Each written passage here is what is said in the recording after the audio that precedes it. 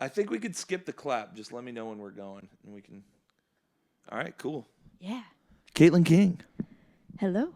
How are you? I'm doing great. How are you? I'm doing good. Thank you. I love to see it. It's always awesome to have someone on the podcast that I've never met in person before. Yeah.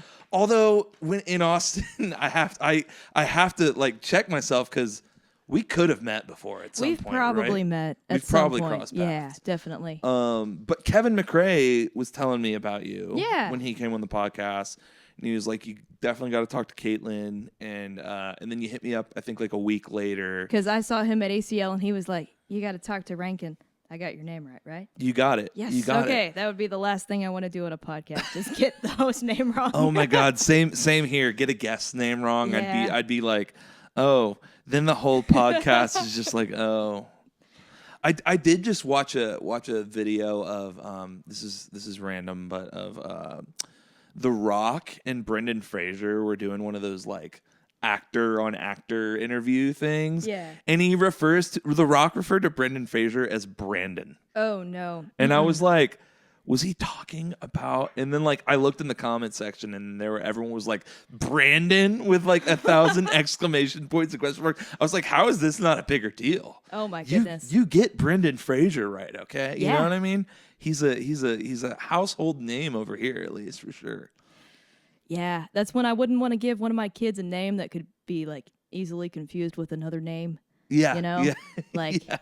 yeah, that's just setting you up for some awkward situations.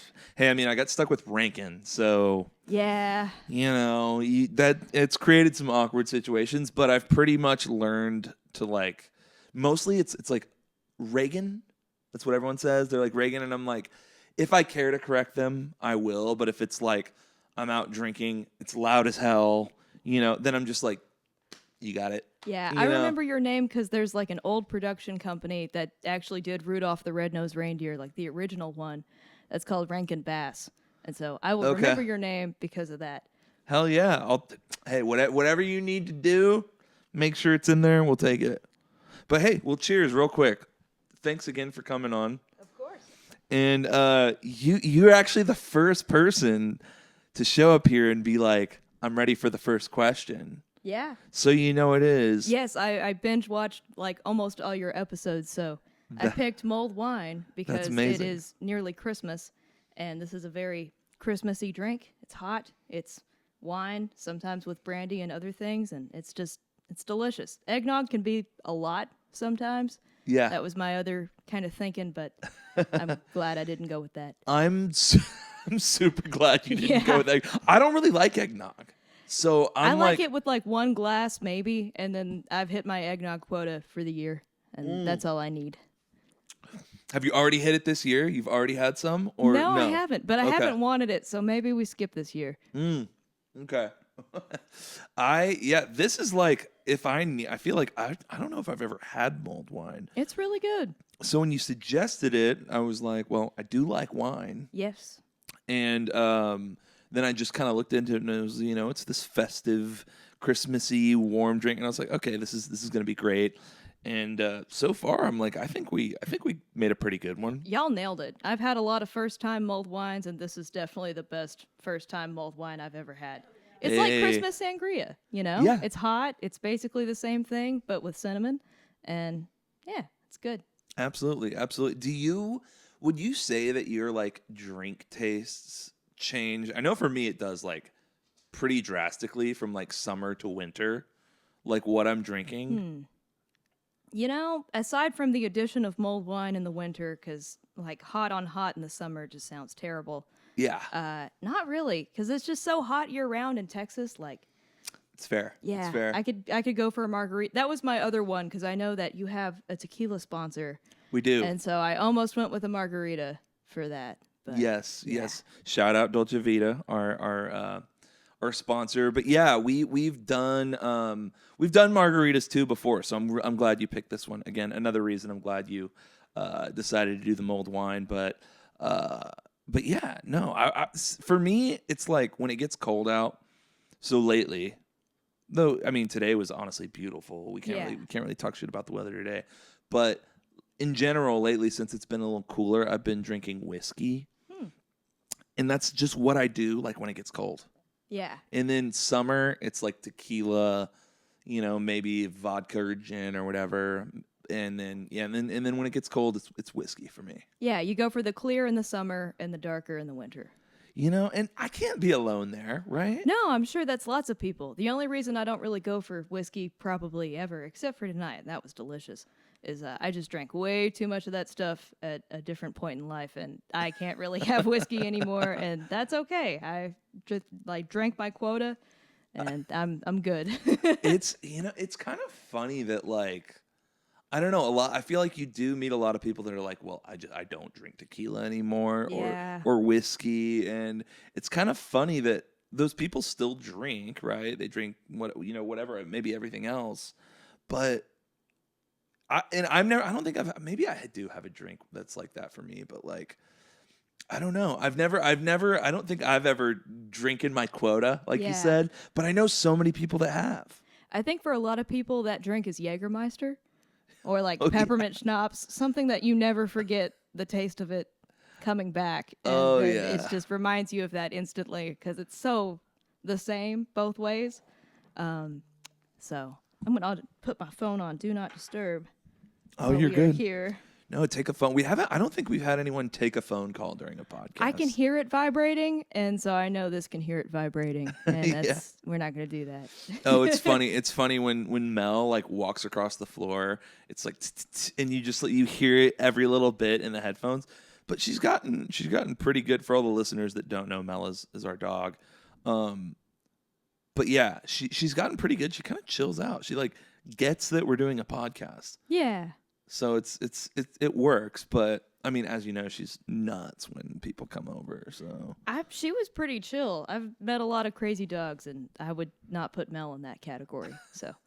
well, that's very nice of you. That's very nice. We'll take that as our owner. Yeah. So. Oh, yeah. She was great. She didn't bark a lot. Nobody got scratched up. I only had to knee her a couple times. We're fine. There it is. And again, thank you for giving her the knee when she jumps, because everyone's just like, oh, and they just take it, and then I'm like, you're just reinforcing the fact that it's okay. So I appreciate you being like, no, don't do that, because I just don't want her tackling a kid or an old Yeah. lady or something. You know what I mean? You don't want a lawsuit on your hands someday. That's not, you're right. That's Yeah. not what I need at all. So tell me, so I know you through Kevin now, Yes. essentially. How do you know Kevin? I know Kevin through, fix it. Thank you. Awesome. Yeah, that's good. Oh, thank you. Perfect. I didn't even know this is so much better, and I had no idea. Thank you. Again, if you want to put your feet up, kick back, whatever Cool. is comfortable for you. Yeah, I'm hanging. But Cool. yeah, I know Kevin through my fiance, Case, Cool. who writes for the Cosmic Clash, which is a publication in Austin. And anyways, Kevin's just part of our broader friend group, and yeah. Yeah. I'm yet to see Risky Click because they're always playing when I'm playing. I tried to make it to their ACL show, but it was right after, and I could not physically get to Green Mesquite to park, and so I parked at a friend's place, and by the time I got there, they had gotten cut off for some sound ordinance. And it sucked. Always sound ordinance shit here, I feel like. Yeah, but I will see them someday. I'm determined. So Yes. Yeah, we saw them a while ago. I think I've only seen them once. And it was on 6th Street during South by or something like that. But I wanted to make it to the Green Mesquite thing. That sounds like they've been ramping up, and I feel like when you're playing the style of music they're doing, I'm like, there's a demand for that in Austin. Oh, so, totally. So just jammy where they're doing, some tasty covers, and it's like, okay, y'all are gonna book some gigs, y'all are gonna do great. So yeah, there's definitely a jam niche void here in Austin, and it needs to be filled by somebody. Exactly. So so I was listening to a little bit of your music, and I watched you play. I was like, I think I YouTubed, searched your name, and it was a Far Out Lounge show. That would be a good one to watch because that was within the past year, and everything before then is, but it's just so long ago. It was so different. So that's the best representation of what I sound like now and what the band sounds like now, along with another thing we did after the Far Out, which was Reed's local sets ATX, which is a really cool sort of live band podcast that we did a whole thing on. He like has you play a song and then do some interview questions, and it was cool. Okay, hell yeah. Yeah, so I was like, all right, copycats. No, I'm just kidding. I'm like, I'm probably copying them. No, that's you what's have a up. very different format. You get us a little drunk and then we talk about stuff. And, You know. that was just like play stuff. What's your favorite ice cream flavor? Some other really cool questions. Okay, yeah. Yeah, like you guys have very separate podcast identities. A little bit more prepped on the questions, maybe on their end. I don't know. It was just No. different. Okay, cool. I'll have to check it out. You said it's Reed's. Yeah, it's just called Local Sets. ATX. Okay. His name is Reed. I think I've heard this. So Yeah. yeah, I need to look into it and really check it out. But Yeah. that's what's up. So Far Out Lounge, was that all from one show? I saw a bunch of videos that were like you at Far Out. Was that mostly from one show? Oh yeah, that was all from one show. Okay. So I filmed the show with my Nikon off to the side, and I hired a friend to like press the button because there's this 29-minute limit for tax reasons that if you go beyond the 29-minute limit as a photography camera, then they tax you as like a movie camera. It's no longer a thing, but my Nikon is Interesting. like one of the last generations that was still a thing. So yeah, it's very interesting, like tax evasion sort of thing they did, but Yeah. Yeah. That's bizarre. I've never even heard of that. yeah, Okay. and so I cut it all up, and there was one song that got cut in the middle, and that happens, but and Yeah. then there's the whole set at the end. So Hell yeah. yeah, Rad. Well, yeah, no, it sounded great. Thank you. And that was actually our first show as a band. oh no shit. Okay. Yeah. When was that? That was August 30th of this year. Oh, okay. Yeah. Okay, so is it a newer group that you have together in general, or? Yeah, we've been practicing together since April. I actually work at the Far Out. I'm a door person there. My Probably main seen you there then for yeah, sure. Yeah. definitely. If you've come to Levitation or Psychfest, you've like definitely seen me. Cool. Yeah, and I will be there this weekend for an EDM festival, so that's going to be interesting. Oh, we're gonna go. Oh, We're going hell yeah. to Daily Bread. Yes, I will be working that. I will Well, be there from 2 p.m. to 2 a.m. So I'll Perfect. see you there. Are we going? Is it Friday or Saturday that we're going? Saturday. I'm there Saturday for sure. Okay, rad. Perfect. Hell yeah.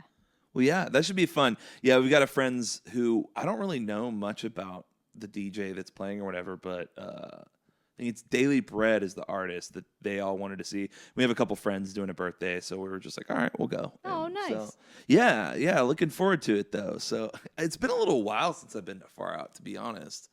Yeah. I don't remember the last time I went there, to be honest. It's been a little while. Yeah, it's still there. yeah. I remember during COVID, it was like the only venue with music. Really? Were you there during COVID? So I moved to Austin during the Delta wave. I came here as quick as I could. I graduated high school, and then I was like 20, and I moved down here. And so I missed out on that, but I started Okay. working there like October of last year. Okay. So I Okay, just hit cool. my 1 year with Far Out. Cool. Yeah. Yeah, it during in the layout's a little bit different. During COVID, outside, like in the back at Far Out, it was they had basically the whole thing was like covered by a tent. Like the Oh, that's whole so cool. outdoor area. I think I saw that once, yeah. and it was really cool. It was so cool. And then they had for concerts, again, this is like when it was the height of COVID, like only place doing shows. It was like they had picnic tables that were like, 6 feet or what, 8 feet, 10 feet, whatever, far from each other. Yeah. And all under the tent. And then it was like if you stood up from your table, it was like you had to have a mask on, so they were really tight on it. Damn. But it was like you could go see live music there, and it That's was cool. They cool. would sell.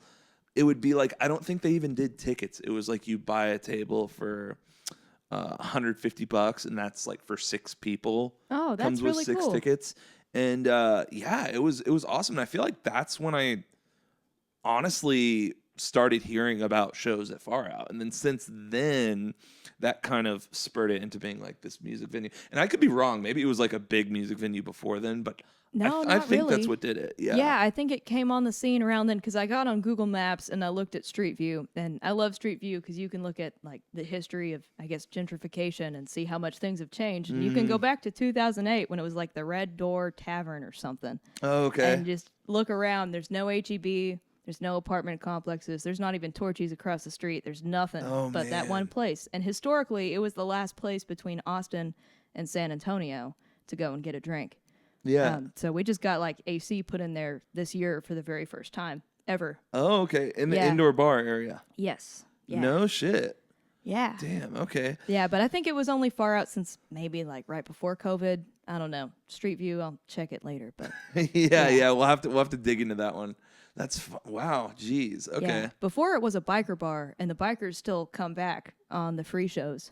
Oh, okay. Sometimes. Yeah. And they're like, this used to be whatever. Yeah, they're mostly just mad that their IDs expired and I gotta X their hands, and Oh, my. that doesn't happen very often. Usually they got it together, but Yeah. I hate doing that. But Oh, you yeah. know, It's like I could tell you're older than 21, but like yeah. technically.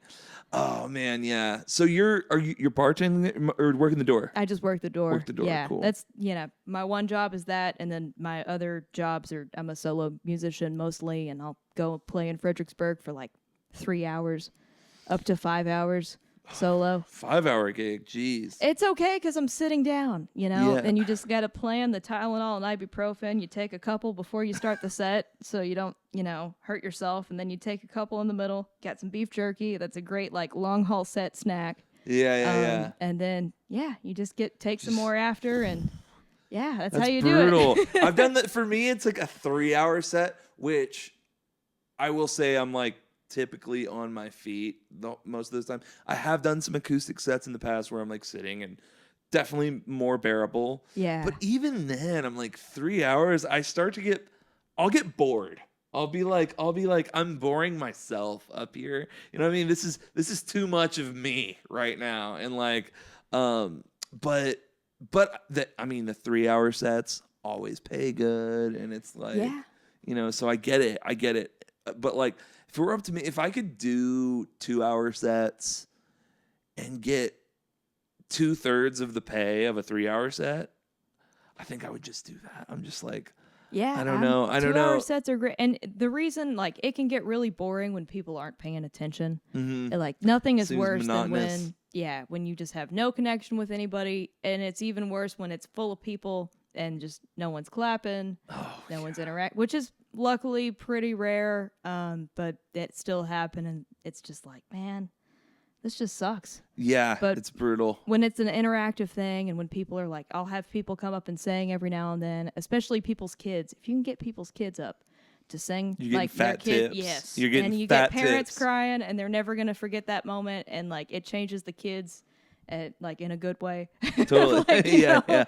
Totally. It makes them, a lot of times that's their first time ever getting to like sing into a microphone or be on somewhat of a stage, and Oh yeah. yeah, so it's a cool experience, and it's just you just got to find ways to keep yourself entertained. Like I always take requests, it's on the spot requests, even songs I've never played before. Yeah. Just go for it. Sometimes I'll like go in the bathroom and listen to the song, and like, okay, I can do this, and then I'll come out and play it for them. And Damn. Hell sometimes yeah. it crashes and burns really bad, but even then, like the vulnerability that comes from that is still a really cool connection.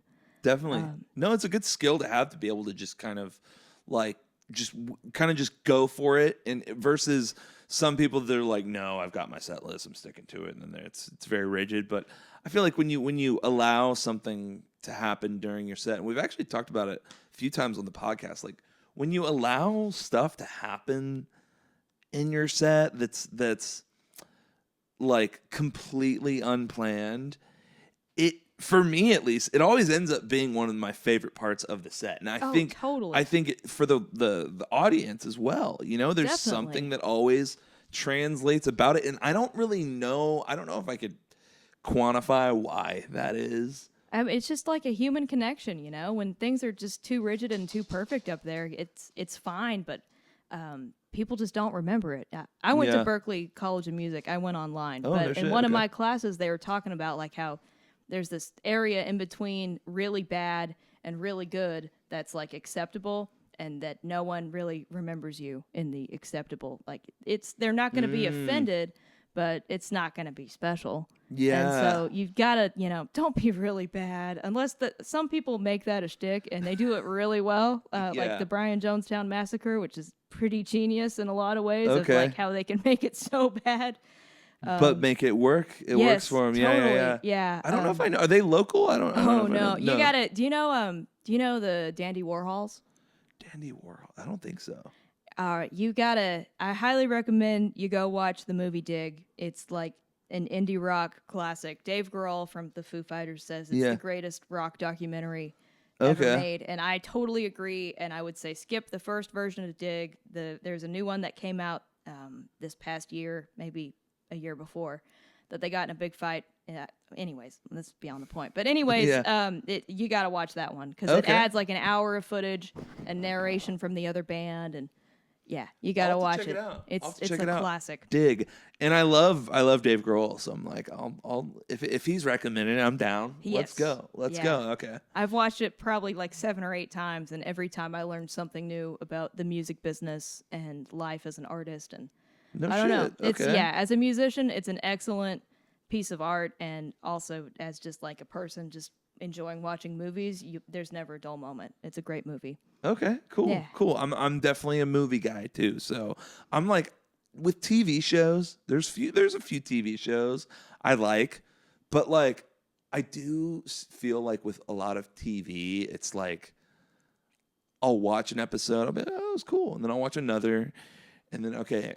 I'm like, and then I'll be like, okay, how long is this season? Yeah. It's like, oh, it's 25 episodes, So and this I'm is like, a commitment of at least I'm like like, a day of time. like I don't care that much. Yeah, You know what I mean? So I'm definitely. like, give it to me in a movie and I'll just go on this hour and a half, 2.5 hour ride. And then, that's it. And then if there's a sequel and I really want to go to that, whatever it is. Totally. But I think I prefer movies. So I'll give that one a go. Yeah, I highly recommend it. I don't really like TV or movies, and I really liked that one, so I highly recommend it. So you said you've been to Austin, it was October of 20 When I moved here? Yeah. It was like, oh goodness, it was July of 2021 that I moved here. Cool. Yeah. And you've been doing music for how long throughout this time? Oh my! It's been my whole life. Okay. I'm 24 now. I started playing piano when I was like 4 or 5. I'm shit, really okay. lucky in the sense that like I've known this is what I'm gonna do my whole life. So it's just been like making it happen my whole Yeah. life. So yeah, that's been really cool to just like have that sense of clarity of like, this is it. This is the one thing. Everything I do is gonna lead up to this, and it's gonna be good. Fuck yeah. Yeah. That's awesome. For me, I was like, when I think I started playing guitar when I was 16. That's awesome. So, which is some people learn after, some people learn before, but I felt like it was a good age because it was like, for me, I knew I always loved music, like just strictly as like a listener. You know Yeah. what I mean? But then when it was like when I was 16, I think I was playing Guitar Hero. Nice. And- That got a lot of people started. And then I was like, I'm gonna. And then one of my buddies, I was like playing shit on Expert. You know what I mean? Yeah. And one of my buddies was like, why don't you just learn the actual guitar? You put so many hours into this fucking game. Yeah. Why not just learn the guitar? And I was like, yeah, maybe that'll do it. And then sure enough, I get a guitar and start playing, and then kind of start figuring out. But when I got the guitar, I was like, I had no idea really what I wanted to play either. I was like, I'm just gonna learn. I want to maybe learn, but then it kind of opened up. What I was listening to kind of opened up to like, just all sorts of classic rock guitar or whatever. You know what I mean? Yeah. And then it kind of and then it opened me up to other kinds of guitar playing, whether it's jazz or blues and all these other things. And now it's like I look back and I'm like, especially when people ask me like, or say they want to learn how to play guitar, I'm like, the best Yep, fix thing, it however, go for it. the best thing I could tell Tilt it up. people when Thank you. they're learning guitar is like, try to have an idea of what you want to learn. Yeah, and just make it fun. People who Make it like fun. music should be fun. As somebody who did music in so many not fun contexts, a lot of them that did end up being fun. Yeah. Because sometimes the process just sucks and there's no way around it. But it should be fun, at least in some capacity at some point. And if it's not, then just do something else that is fun. You know, whether it's sports. It's not for everybody, but there's something for everybody. Yeah, yeah.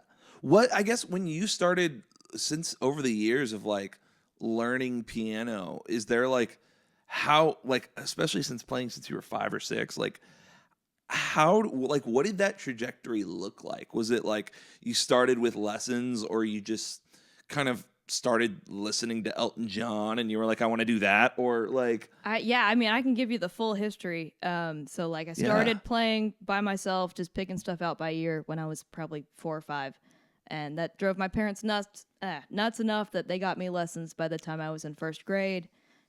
In 3rd grade, there's this really large university in Dallas called Southern Methodist University. They have a very well-renowned classical music program where they teach students how to be teachers, and so they have like a classical music education program. And so I got to be one of the students there, and I was that for at least 10 or 12 years. So I studied classical music at SMU. That was a lot. I learned so much about music theory. And then I went to this really popular high school called Booker T in Dallas, where Norah Jones went and tons of other famous musicians. And I also had Norah Jones's piano teacher in Louisville outside of all of this, who taught me about jazz and blues, and also got me into songwriting, and was the first person who ever said, hey, she can sing, she should start singing. If it wasn't for Julie Bonk in Louisville, I would have never sang, ever. No shit. Yeah. Is that because you didn't think you could, or was it just that never? I mean, like I sang fake opera in the backyard enough to like piss off the neighbors, but it just never really crossed my mind as like something I could. I don't know that I could seriously learn, like you seriously learn classical piano. You know, outside of like an opera context, but vocal lessons are very much worth it. On another note, but. Yeah, and so I did that. I went to Booker T for classical piano, and I was in so many different bands, did tons of blues projects, and eventually I had got tendonitis really bad, and so I had to stop playing piano because I got it like 5 times over the course of several years, and by the last time I had to take off piano for a year because my arms swelled up like baseball bats, dude. It was insane. No way. When was that? It started when I was like 14, and it went until... I mean, I was dealing with it. Even now, I'm still dealing with it. But really? I took a year off when I was 18. Yeah. After I graduated. No shit. Yeah, it really sucked. I had to like drive an hour north before school started to go to this chiropractor who was one of the guys for the Dallas Cowboys. So I knew what he was doing, like good stuff. And he would bust up the scar tissue in my arms with this weird cupping thing. Ooh, did that hurt? Oh my God. It's the worst pain I've ever had. And I had a tooth removed without anesthesia once. My God. This was worse. It was horrible. Good God. And it left these weird, like, hickey things all over my arms because it's just all these busted blood vessels. You're like, this is great to go to high school. Yeah. Yeah, it was a wild ride. Holy shit. You couldn't pay me to go back there and do all that again. But, and so I was glad when that was over. How have you avoided it now? Is it just resting when you need rest? Is it... Yeah, it's resting, it's things. food. There was just also a lot of really horrible, stressful things that were going on at that time. Like my grandmother was passing away from like dementia and leukemia, and so that was really bad. And it was my mom and I taking care of her, and then my mom got sick with what we later found out was an ulcer that was blocking the exit for her stomach. So like food just couldn't go through. She lost a ton of weight. Oh, just a funnel time. Yeah, and so I'm like 15, driving around without a permit, like taking care of both of them. Oh, gosh. And I couldn't tell anybody about it because, CPS and everything. And then who's going to take care of all these people? Yeah. Yeah, it was really bad. And honestly, that probably was the big cause of that and like being in a band, practicing piano for like 3 to 4 hours a day, not taking care of myself, not like eating because I just didn't have time to like pack food and do it. And, Yeah. it's kind of hard to eat when you're really sad. Yeah, and stressed out too. It was really yeah. tough. So it was a combination of things. I also drank a ton and smoked a ton of weed, which maybe that part helped, but yeah. that might have been the It's like, okay, we all smoked a ton of weed in high school. Well, Yes. I mean, at least I did. I was one of the kids though that didn't drink really in high school though. Yeah. And I mean, I did a little bit, but I was a stoner in high school for sure. I was both. I drank so much that by the time I turned 21, I quit drinking because I was Oh, no like, shit. I'm done with this for a while. Yeah. I was also on some depression medication that made it so like if I had 2 Bud Lights, I'd basically be blackout drunk almost. Yeah. So it just didn't make sense. Hey, I mean, alcohol's an interesting one because, obviously we have this podcast, right? Yeah. And there's been a time or two where like, oh, we've got a podcast, but most of the time it's like, we do it on a Thursday or Friday or whatever, and it's like, okay, we're ready for our weekly pod or whatever, and we've kept up pretty much like weekly podcasts, and then there's been times where we've had like a non-alcoholic guest after a non-alcoholic guest, and I'm like, when's someone gonna come on and we're gonna drink? Like, you know what I mean? So it's like it's I've felt both ways about it, but it is great like having the option, especially how many options we have for non-alcoholic beverages these days. Yeah. Like if you need to sneak in an NA beer in between beers when you're out and about, not for people that don't drink at all or whatever, just for people that drink and just need a break or whatever. Yeah, I'm just definitely. like, this stuff is so good. Like it really like scratches the itch for me. Yeah, it's come a really long way since even like when I stopped drinking back in 2022, I remember Seedlip and all those things were just coming on the market. Mm-hmm. I didn't really want to have any because I'm like, if I'm not drinking, this is going to make me want to drink, having something that tastes like drinking. So I didn't really get into it too much, but it looked really good. Yeah, no, they hit.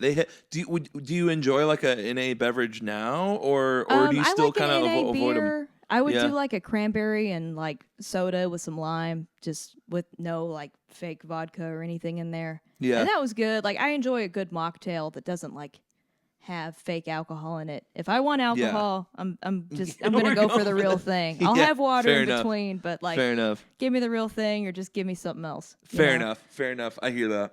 Do you have like a pre-show, for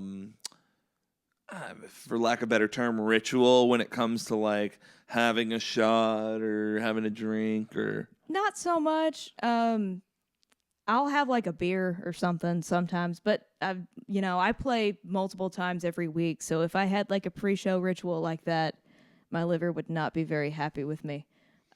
And it would make for some weird shows for sure because I'm playing for kids. It was crazy, y'all. Last week, for the first time, I got tortilla chips frisbeed at me by a table by these little kids.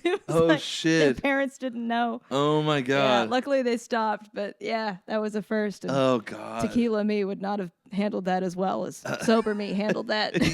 I probably would have thrown them back. The disrespect to these kids. Yeah, I felt bad for those parents. They just weren't paying attention. Oh, jeez. Where was this at? I was at some place I play in Fredericksburg. Okay, cool. Yeah. Is that where you're having a lot of your gigs, or are they mostly in Austin, Fredericksburg? I'm very happy that now I'm getting a lot more gigs, especially band gigs in Austin. But my solo gigs are mostly in Fredericksburg and Blanco because those places just pay better.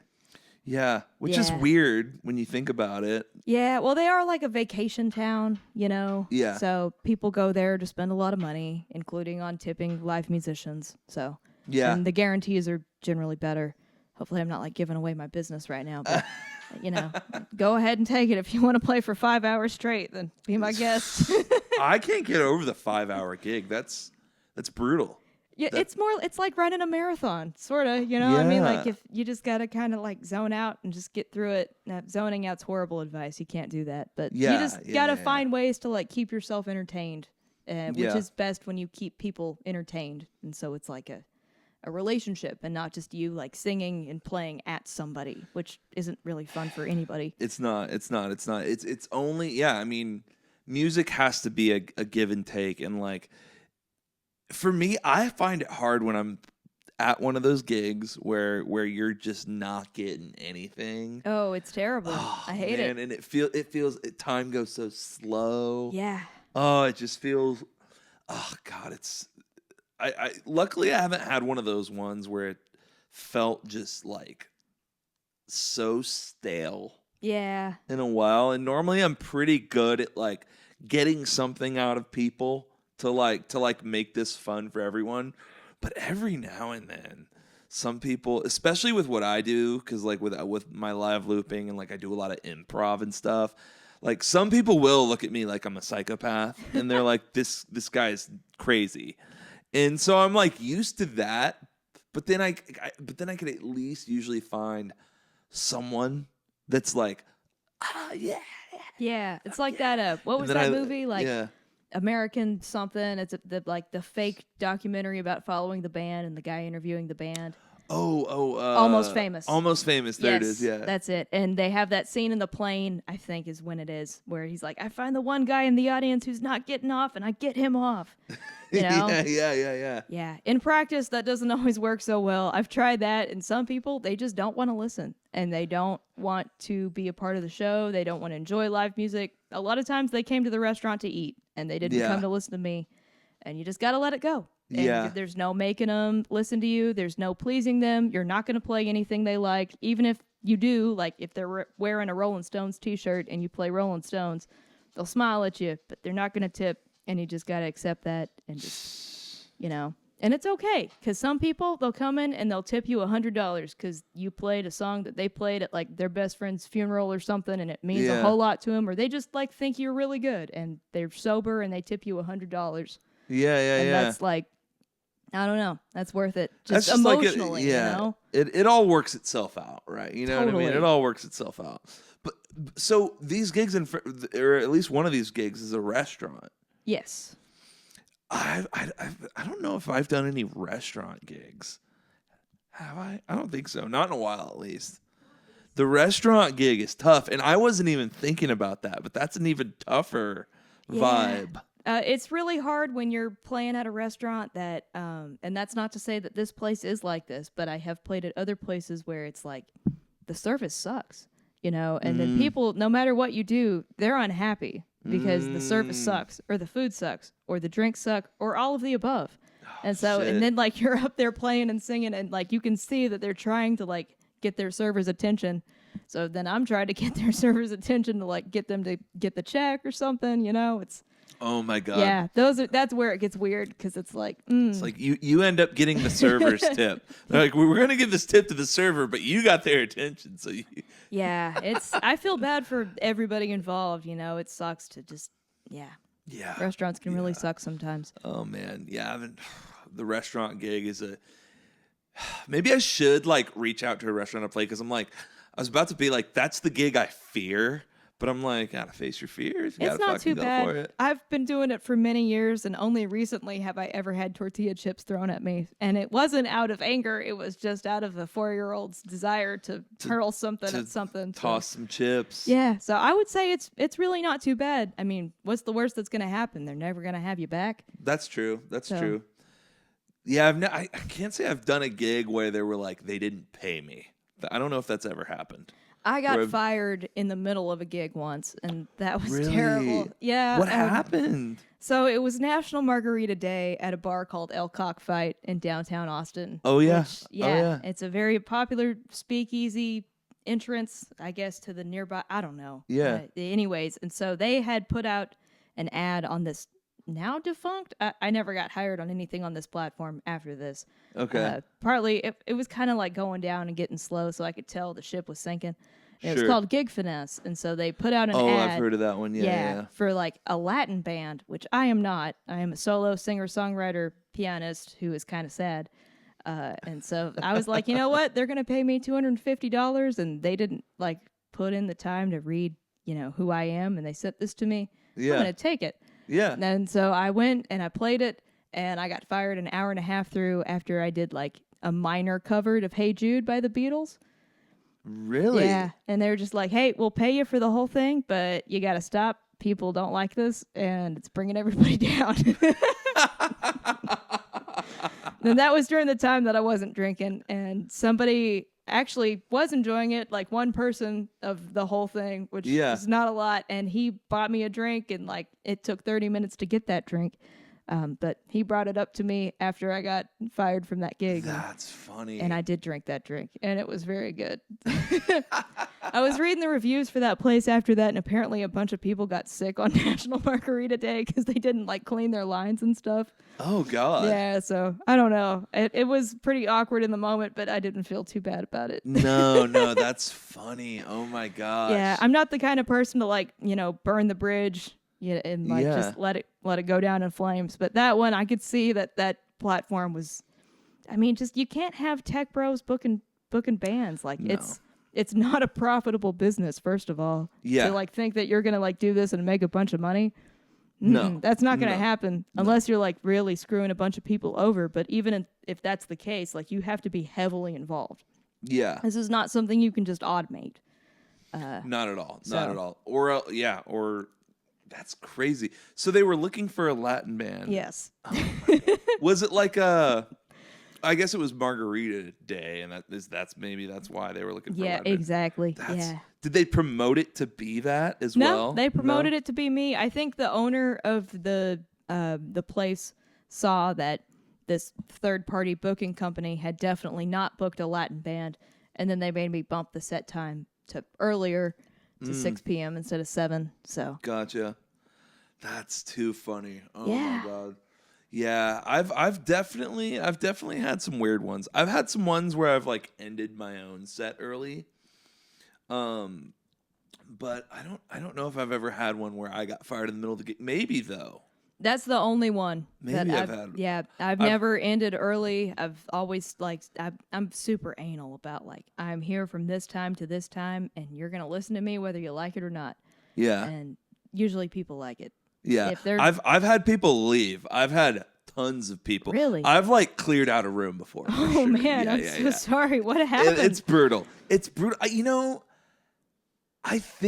think it's happened probably 2 or 3 times in my life where and I think each time it's been like I'm just I think it's the music in like the stuff that I've done is just like very niche. Yeah. And like people just aren't ready for it, and I think that's a big part of it.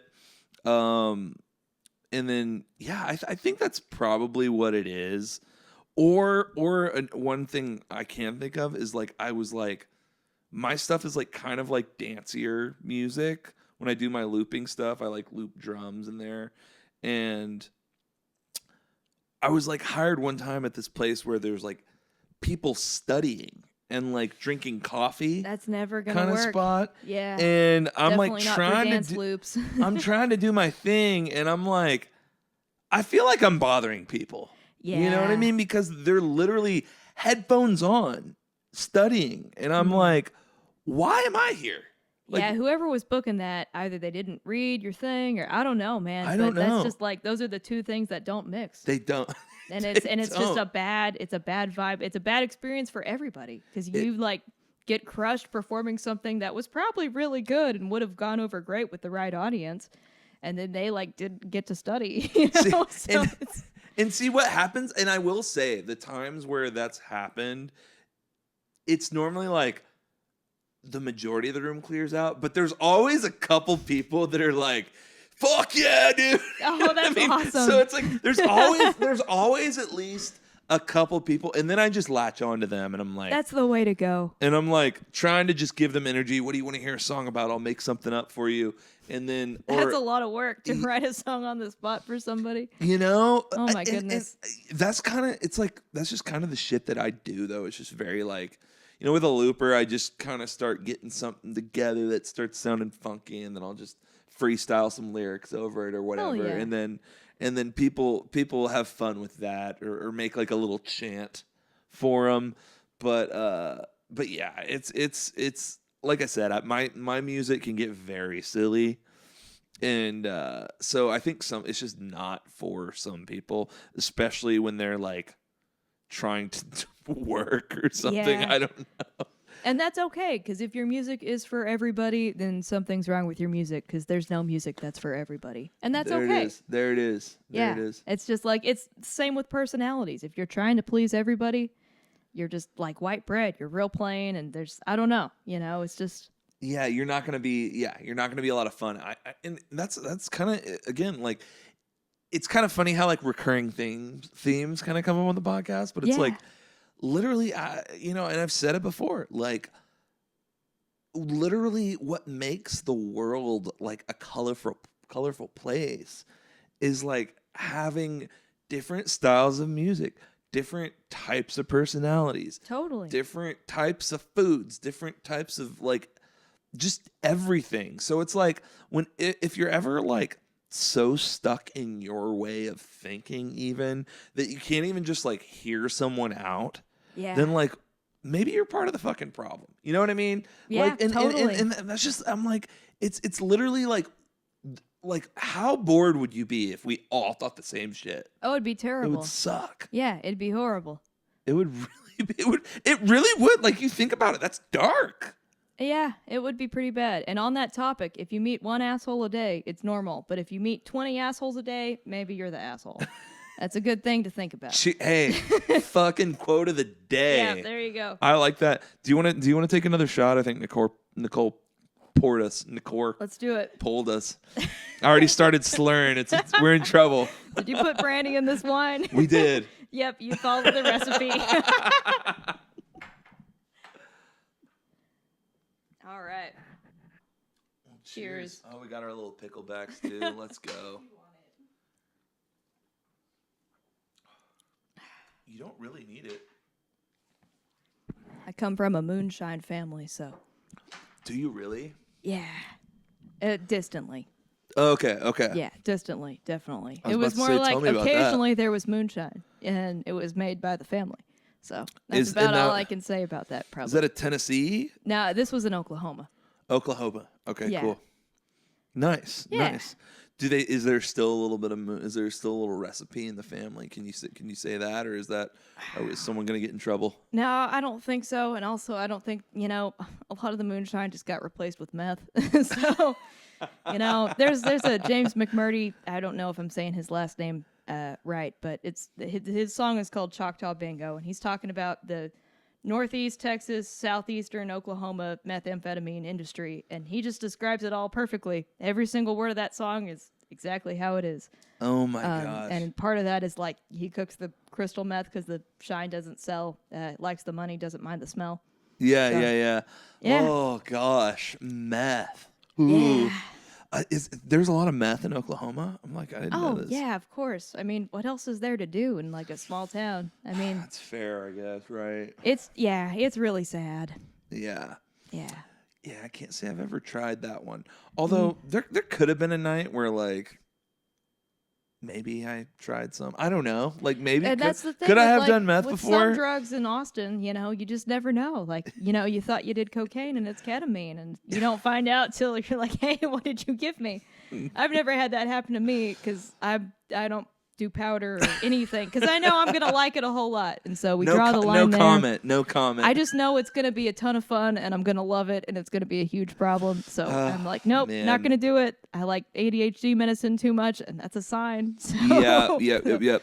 So I'm not gonna do it. But yeah, I've seen it happen to other people, and they get very upset. Oh man, I remember. So that's funny with like Adderall. I remember the first time I like took like some ecstasy. I think I was like 19 or 20. Yeah. And then I was in college, and I had never taken Adderall before. But then someone I was getting ready for a long day at school or something, and one of my buddies was like, "Hey, I got an Adderall if you want it." I'm like, "Oh, I'll take it." And I was like, "I feel like I'm on Molly right now." It was weird. So I was like, "This is." I didn't realize it was gonna be this close. Yeah. Like weird. I've never done ecstasy or Molly because I've always been on medications that if I did, it would give me serotonin syndrome like instantly. Yeah. And plus, the several days without dopamine sounds very dangerous for me. But I've heard it's great, and it looks really good. It's fun. Yeah, I remember the first time I took ADHD medicine though, and I was like, "Wow, I just did like 2 hours of studying that used to take like 4 or 8 hours, and it was great." So Yeah. sometimes I wonder like if this is like a crutch or something I really need, and then I think about like, "Wow, it really did used to take 8 hours, and now it takes like 30 minutes." I'm like, maybe this is something I need. How do you feel with like how do you feel how like an Adderall would affect like a recording session or like a band practice or something? I mean, you could just be doing a whole lot of noodling and not like really writing, focusing on the set list or the songs. And if you're off of that, I don't, to be honest, I've taken ADHD medicine every day for a really long time. And part of that is I do have ADHD. The other part is the depression stuff I have. The main symptom is like you just sleep all the time. It's like you're just sleeping all day, all night, permanent sleep, but you're alive. It's a weird spot. So that's how I don't know. That's how I'm when I get in a like a depressive state. I wouldn't say I've ever like really struggled with like depression to where it's been like something I need to seek like help with. But I think just like kind of like I kind of have experienced the like common man's depression, and it's situational depression is like there it is, and that's how it is for me. I'm like I will just stay in bed like until I really, really have to pee, totally. and then go right back to bed. Yeah, and it's just so I can relate to that for sure. And as someone who really does deal with other types of depression a lot, I really appreciate people like you who like say, I don't always situational depression, yes, but other things no, because it helps me to kind of like model my mood and what it should be after somebody who's not just like in bed all day all the time. Yeah. So I really appreciate people like you and like my fiance Case, who he's always been there and helped me through really hard times, but also he's just a very level-headed person who's I don't know. It's good to have people in your life that are like stable in many ways. Oh, totally. And it's just good to have people in good people in your life. I mean, totally. It's like the whole point of friends. Like, as far as I'm concerned, like you have your friends, and it's sure like you don't want to be okay. So something I like say is like I have friends, and I have some friends that like they're always going through some shit. Yeah. And it's like, okay, all right, and then I get a little bit of a shorter like, well, why don't you just fucking do this to fix it? You know what I mean? And then it's really hard. It is, and then I have like low maintenance friends where it's like I never have to worry about them. Like they're always kind of just holding it down. And totally. then it almost it is sometimes when they do need something or they are going through a hard time.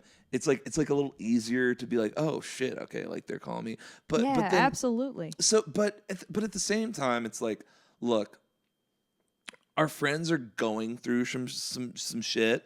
Like that's literally your time to be their friend. Yeah, so definitely. that's always the approach I take is like, look, we're all trying to figure it out constantly. So like if someone wants you to be there for them, like what are you gonna do? Like, you know what I mean? Like just be their friend, be there for the people that you care about. And even if that comes to a point where you're like, dude, you need to get your shit together. Which it does. Sometimes it does, you gotta right? say that. Yeah. Sometimes you gotta be the one to just be like, And there's a very loving way to say that, of course. And sometimes it is those exact words, but it's the feeling behind it that is important. And exactly. Totally. And and sometimes you need people to just put it. You know what I mean? That's like, totally. But I mean that's the whole point of friends.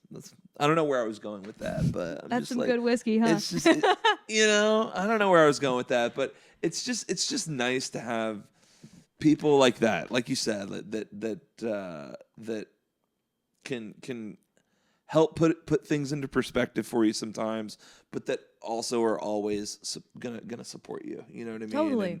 And not everyone has that either. I gotta say, this is the first time in my life that I've like had time to have friends. Because Yeah. my whole life was like classical piano, and like I did stuff with the Dallas Symphony Orchestra, and like so many other things. And it was awesome and like great experience. And like if I died tomorrow, I've lived more than most people ever get to live. So that's cool. But like it was just rigid. Like every day there's something for several hours after school, and then like there's just nothing. Yeah. And so this is the first time that I've had time to have friends. And it's been weird because I don't really know how to have friends, but we're figuring it out, and it has been awesome. It is so nice to have people that like I can have connections with, and I don't know. It's Totally. just it's something I never really got to truly experience before. Do you think do you find that most of your friends are musicians? Not really. I really value people who are non-musicians because, of course, I have good musician friends that I love dearly and we're very close. But, non-musicians, it's nice to have people that they love you for more than just like your musical talent and stuff. 'Cause Yeah. when you're a certain sort of level of musician and talented, it gets to be like, where do you want me around because you need me, or do you really like me as a person? And Yeah. it's Yeah. nice to know that like these people were friends with me just because who I am, and Yeah. they didn't even really know about music stuff even at certain points, and they still like me as a person, and yeah. Totally. That's the reason I asked too is like I feel like for me it's kind of funny because I feel like the people over the years I would say like I definitely have my friends that we that are not musicians, right? And I feel that very much that way about, and we've been friends for a long time. But I feel like for myself, I always gravitate to the people that are musicians as my friends because, and I think it's a me thing, just where it's like, I don't know. I guess it's like the collaboration thing. I always want to make music with my friends. So, or I'm just like looking to like jam with someone. Yeah, So totally. then it's like those friendships, I guess. I don't know why I did quote marks. It's okay. But those friends always end up like getting more time than the other ones because I'm like, oh, we're gonna get together to jam, or we're gonna start a band, or whatever it is, And so I feel like I always, as much as I have my other friends that don't play music and stuff, I feel like I always get more time in with the ones that play music. So Yeah, definitely. Like my bandmates are now also pretty close friends of mine, and I would hang out with them any day, music aside. And so definitely we're close as friends, but also as musicians in that sense. But and I think that's also something interesting because you picked up music like at 16, and I was doing it really young. And so for me, this is kind of like something that is useful to the world that I also enjoy doing. But this was kind of it's different. It's like this was programmed into me as like something that I do for people, not always with people. Yeah. And so when you pick it up at a more social age, like in your teenage years, it's also something you do with people. And the focus is put on that, which is like both ways are great. Everything is good. But it's just interesting how like for me, it can be more of a like, people wanting to jam. I'm like, no, I don't want to jam for you. This is a job for me. And I only have enough energy to do this as the job that I do during the day and for getting paid, and as the job that I really love to do, that I would love to do all the time as a songwriter and a musician playing with my band, and like the capacity I have to do just free jamming with other people. At a different time in life, it was much higher than it is now. But after all the tendinitis things and other things, it's not, I actually totally relate to what and you're it's saying. really too. frustrating because I do have some friends who am not really around a whole lot that really try to pressure me into playing with them, and it's just like, dude, if you took the time to like have a conversation with me, why I don't do that, and why I physically can't just like set up an 80-pound piano with all this equipment and just hang out with you and just chill, for a while, which I love the idea of, but I've done that a lot and nothing comes from it, and it's just super physically and often emotionally taxing. That's in that part right at the end where just Yeah. nothing comes from it. You That's the can't be part. everybody's everything, and it That's sucks. totally, It really sucks. totally.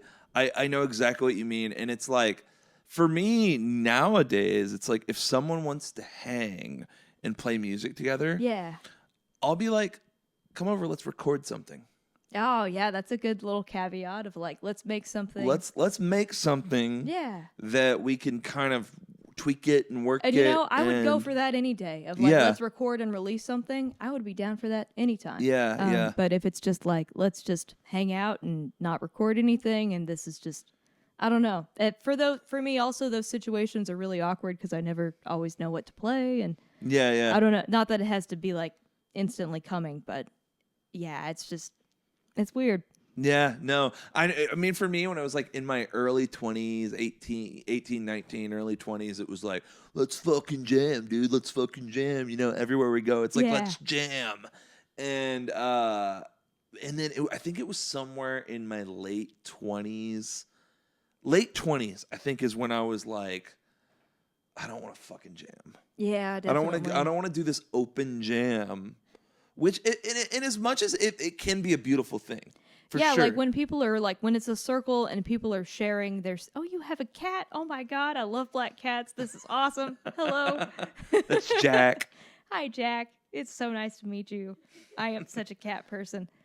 Oh my goodness. Anyways, when you have a circle of people and they're sharing like a song that they really took the time to work on and prepare for the circle, and that you have the opportunity to play on some as well, respectfully, not play over, but play with. Yeah. You know, like I love those situations, but when it's just like, I don't know, you know, it's just a weird jam session, and sometimes there's lots of drugs involved, and most of which I can't do. It's not fun, you know. I'm not just gonna like watch you do a bunch of cocaine and play guitar. And Yeah. Well, on that note, should we do some cocaine and jam? No, I'm let's just do kidding. it. That sounds great. Well, shit.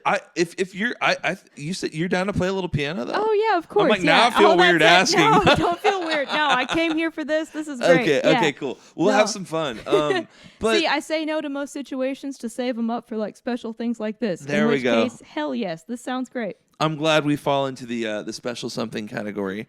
But before doing that, I mean, is there anything like you're wanting to plug, or any like new projects you're working on, recording, studio, big shows? Yeah, so we have a show at Radio East on December 18th, a Thursday. That is the Next full Thursday? band show. Yes, next Thursday. And Can you put it in your calendar? Okay. thank you so much. Yeah. I mean, it's We work 2 minutes really from hard. here, so oh, yeah. hell yeah. Yes, this is a great neighborhood. Yeah, so we're really proud of it. We just added a 4th member who plays steel guitar and regular guitar, and he's amazing. And he also has awesome solo music that he's going to play after our set. Oh, And there's sick, 2 okay. other bands or solo artists on the bill before us. We're the only band, but it's going to be a good mix. So All right. yeah, and we're gonna play at like 9 p.m. The show starts at 7, I think. So yeah. Radio East is awesome. So Yeah, that'll I be finally fun. got to go there for the first time the other day, and I was like, wow, this place is really cool. It's cool, and that back area is huge. Yeah, and they have like really clean bathrooms and awesome food trucks, and that's it for me. That's all I need. Hell yeah. So, and also awesome music, not to mention. Yeah, that's I've that seen was a lot a of good given. shows there. So Yeah. Radio does it right. for sure. Any recordings we should look out for? Or any I need to get my shit together and Studio release more shit. music. The Yeah. stuff on Spotify and other streaming services is, aside for Fed Up, which I'm very proud of and have written in chalk on the back of my car because I won't pay Facebook for ads. Hell like, yeah. Listen to Fed Up by Caitlin King. Okay. Aside from that and Ghosts on the Road, I would maybe steer clear of the other songs. Okay. Not for any other reason than it's just not the direction the band and everything went in, and I'm very proud of this direction we've gone in. And It's just always the not new shit idea. that's exciting too. It's always the new thing. I feel like with every musician, it's like at least even for me, I'm like, well, I have this one album on my Spotify that's like old, but like listen to the new shit. You know what I mean? And it's Yeah. like, so I feel like that's kind of every musician is like, the new shit's hot. Well, and it's weird because this isn't the new shit. It's Oh, like- okay. It was like Ghosts on the Road came out before the other songs, and then Fed Up came out later. But it's just the middle stuff was like a sort of just a sonic experiment of in like the vein of PJ Harvey, and which I love as a listener. It's great, but hearing myself back as that, I'm like, nope, that did not work out very well. So, Well, hell yeah, fucking right. Well, yeah, we will be on the lookout for some new shit. cool. And I'll show you the studio. Which Yeah, is I'd the love to garages. see that. So if you want to record some shit, maybe we'll just hop in the studio. Oh, dude, and I just- love that. and just throw down. I grew up in a studio. My dad is an engineer who like built it out of his first house. There's so much cool shit. I could just go on all day. Damn. And so like I could talk studio stuff all day. Hell yeah. And I have like an awesome Apollo quad and stuff with like Luna and all the Apollos are U8 sick. the Universal Audio plugins. Like I have like all of them. So I would be happy to. Well, like, then we're gonna have to yeah. combine forces Yes, I would be totally down and to do make that a any super day. album. Yes. Okay. Caitlin King, Rankin Fetzer, fucking super album. It's coming at you. Let's Okay. do it. It's a great use of time. I love it. I'm excited. Damn, I just hijacked your. Okay, now we're No, gonna you're jam. good. Now we're Yeah, gonna let's do it. jam for. Now we're gonna jam for 4 hours. No. Let's do it. I don't care. Cool. Well, Caitlin, thanks again. Cheers again. Cheers. Thank you for coming on. Let's play some instruments. Fuck it. Let's See do what it. happens. All right, Yeah. let's do it.